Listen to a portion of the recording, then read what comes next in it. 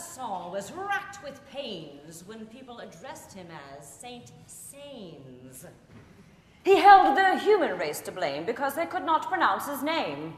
And so he turned with metronome and fife to glorify other forms of life. Be quiet, please, for here begins his salute to feathers, fur, and fins. The lion is the king of beasts and husband of the lioness. Gazelles and things on which he feasts address him as Your Highness. There are those that admire that roar of his in the African jungles and velds, but I think wherever a lion is, I'd rather be somewhere else.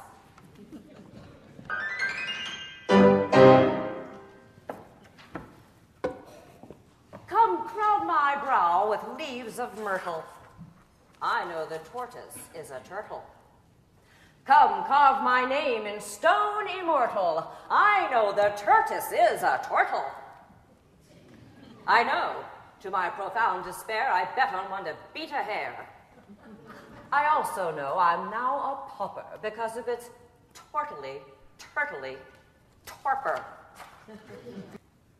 Elephants are useful friends, equipped with handles at both ends.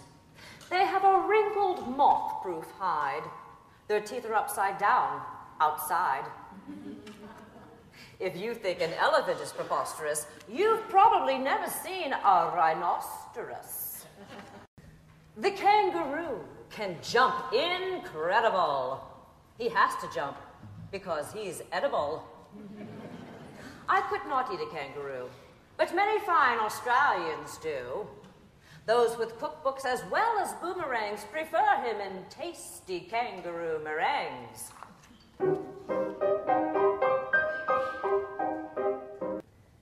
Some fish are minnows, and some are whales. People like dimples. Fish like scales. Some fish are slim and some are round. They don't get cold. They don't get drowned. But every fishwife fears for her fish.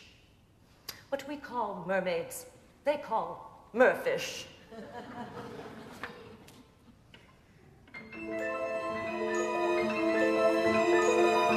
In the world of mules, there are no rules.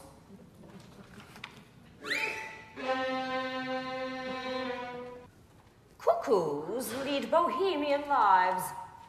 They fail as husbands and as wives. Therefore, they cynically disparage everybody else's marriage.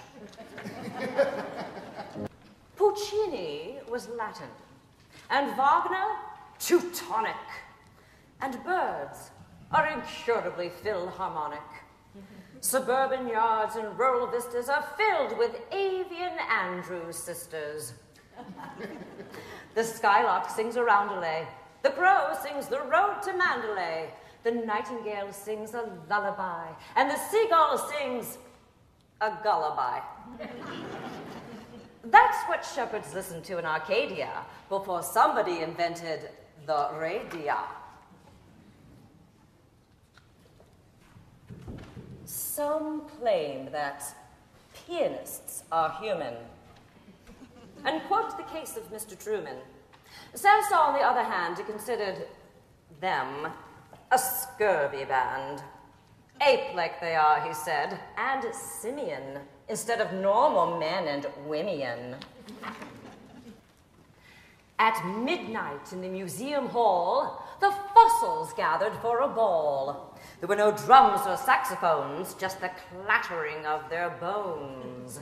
A rolling, rattling, carefree circus of mammoth polkas and mazurkas. Pterodactyls and brontosauruses sang ghostly prehistoric choruses.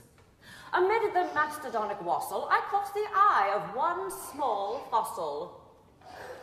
Oh, cheer up, sad world, he said and winked. It's kind of fun to be extinct.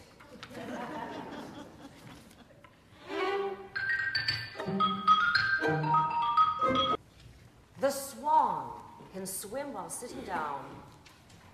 For pure conceit, he takes the crown. He looks in the mirror over and over and claims to have never heard of Pavlova.